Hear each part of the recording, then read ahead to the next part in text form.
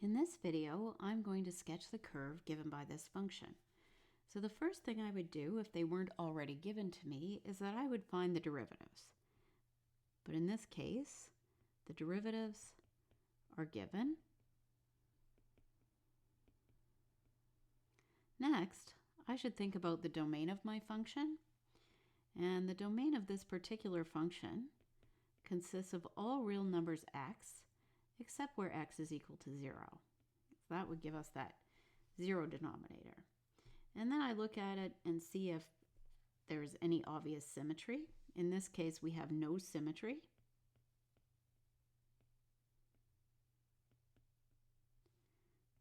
Third, I should think about intercepts.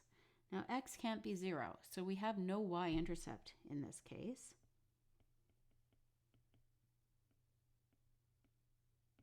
And when y is 0, we'll have this is equal to 0. So that tells me that x would be minus 1. So I do have an x-intercept.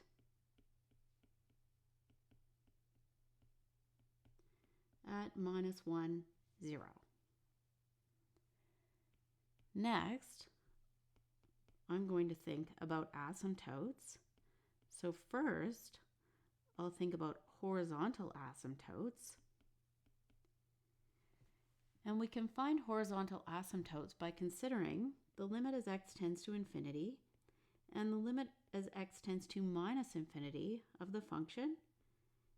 And so in this case, we know that that limit is going to be equal to the limit as x tends to infinity of 2x over 3x squared,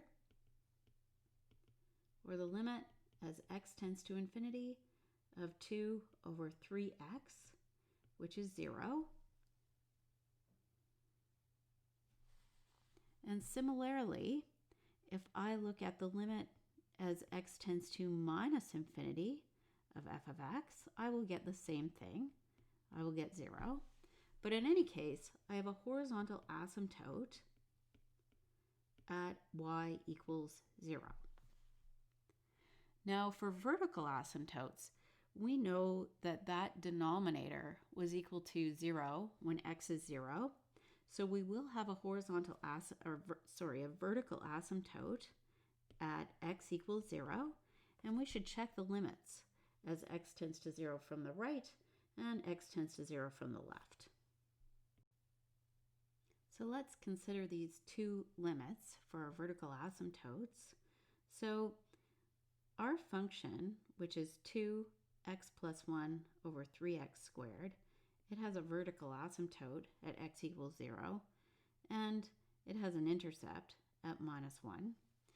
And we can see that the sign of that function is positive to the right of 0, and it's also positive to the left of 0.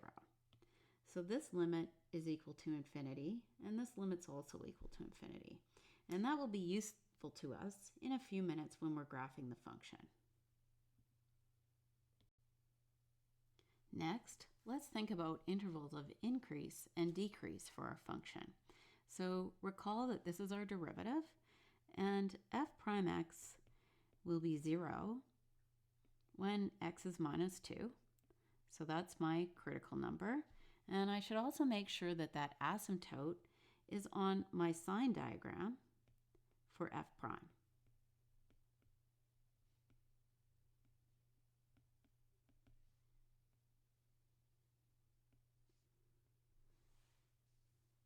So there's my critical number, minus 2, and there's my asymptote, x equals 0.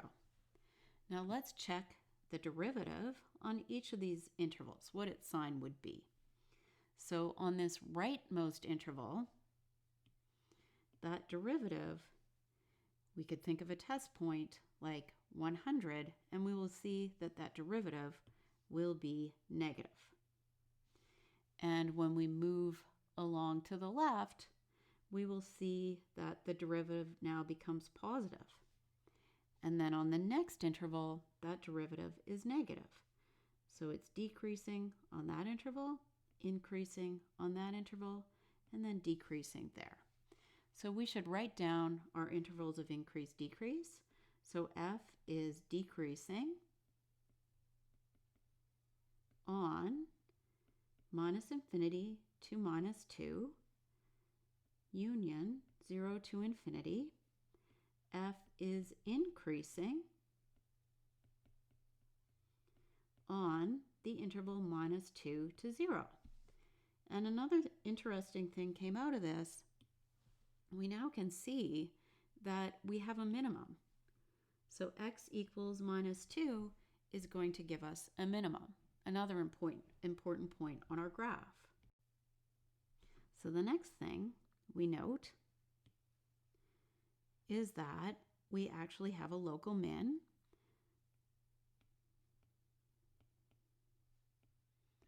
And that's given by x equals minus 2.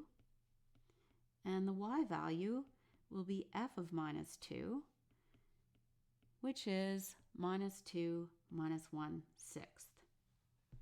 Next, let's talk about concavity.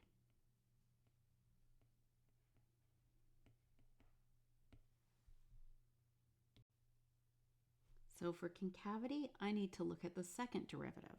So recall that this is the second derivative, and f prime prime x will be 0 when x is minus 3.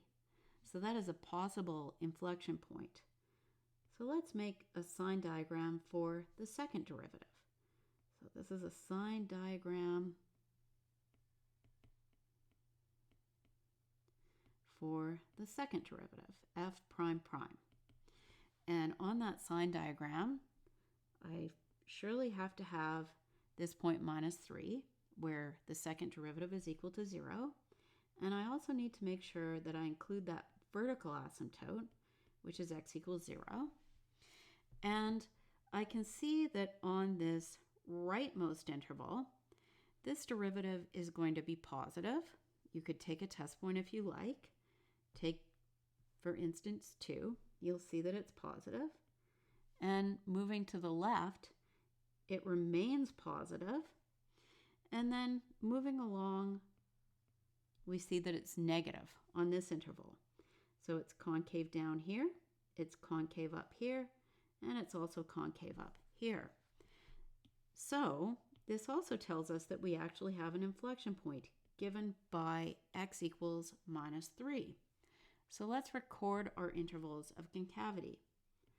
So our function will be concave down on the interval minus infinity to minus 3, and it will be concave up on the intervals minus 3 to 0, union 0 to infinity.